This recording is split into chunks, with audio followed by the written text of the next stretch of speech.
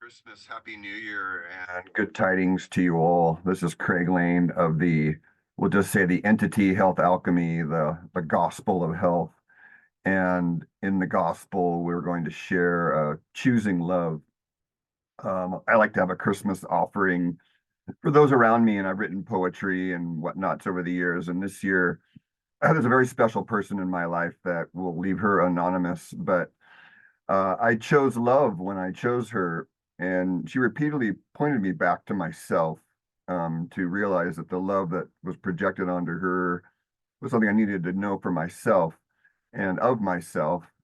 And that championing of it, even though we're not together now, what's evolved in my life is, the practice of living a good life. And there's some work involved, and some of that work is the transitions from sleep and waking, and that was inspired by Joe Dispenza and some of his work. And so I'm not perfect with it, but I try to be grateful for three things when I go to bed and three when I wake up. So last night, going to bed, retiring, this it's really nice when you're doing a mantra or something like this and something just pops in with no contrivance, if you know what I mean. It just popped in this natural gratitude for myself for choosing love and for this person that chose to meet me in that love. And we're still in touch, and we just wished each other a really nice Christmas actually just a few hours ago when I was able to share this with her without her partner getting, I haven't spoken with him directly, but as far as I'm concerned, him and I are both good. And because she's happy with him, and that's part of love, is the unconditionality of it.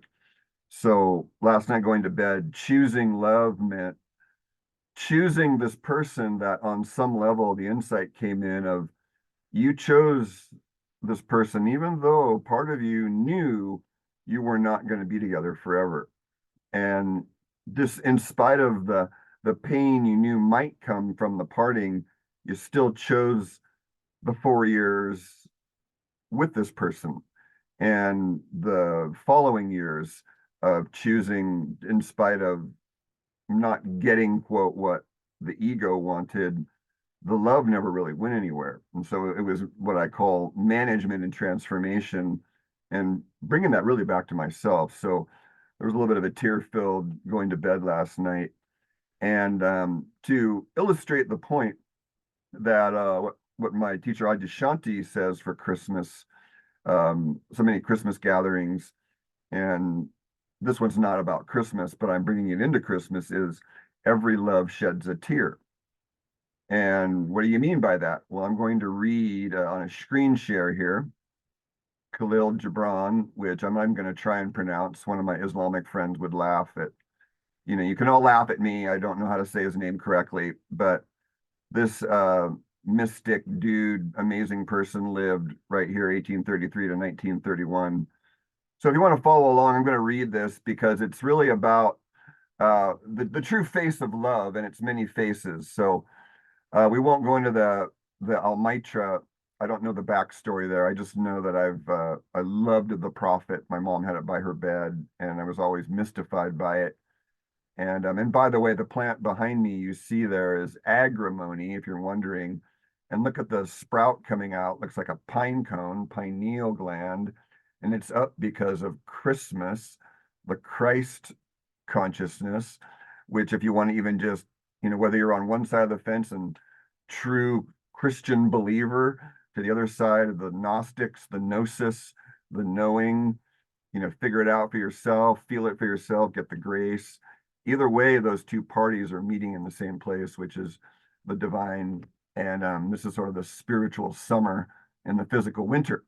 So when a man like this talks, or when a being like this talks, generally, like, it's silence, right? So when he says, when love beckons you, follow him, though his ways are hard and steep, and when his wings enfold you, yield to him. And notice that there's a gender here, but just think of it as him, her, we, it, whatever.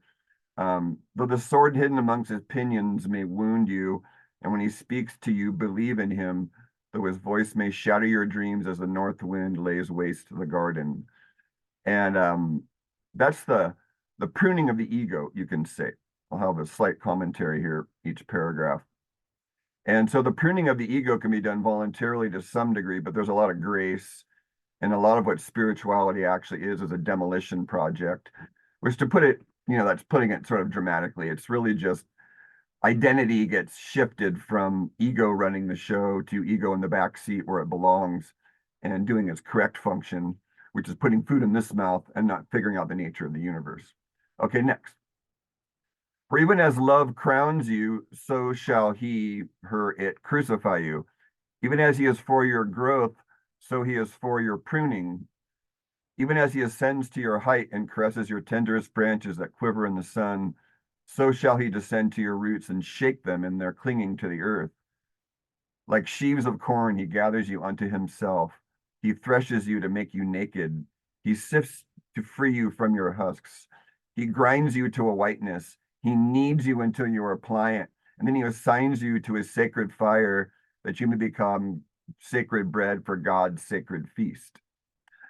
So commentary here, I have a podcast with Joshua Ijeda, and they speak loosely of the eagle in the Don Juan Matus tradition for Carlos Castaneda, and the Toltecs refer to this energy, the eagle, and it's sort of there's a negative and a positive connotation to sort of the afterlife, and so letting go of the ego allows us to see what's always and already here, and to leave out some of the dramatics of this paragraph.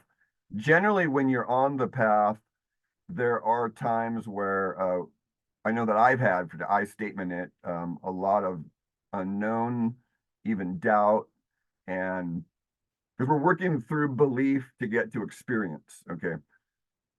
And so the sacred bread for God's sacred feast is something worth stewing on for a while. And what is God's sacred fire? Well, you find that out. It's not like burning at all.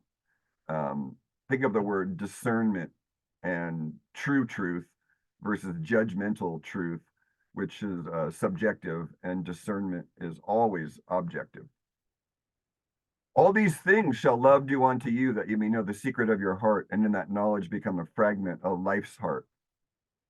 But if in your heart you would seek only love's peace and love's pleasure, which by the way is natural, then it is better for you that you cover your nakedness and pass out of love's threshing floor into the seasonless world, where you shall laugh, but not all of your laughter, and weep, but not all of your tears. Love gives not but itself, and takes not but from itself. Love possesses not, nor would it be possessed, for love is sufficient unto love.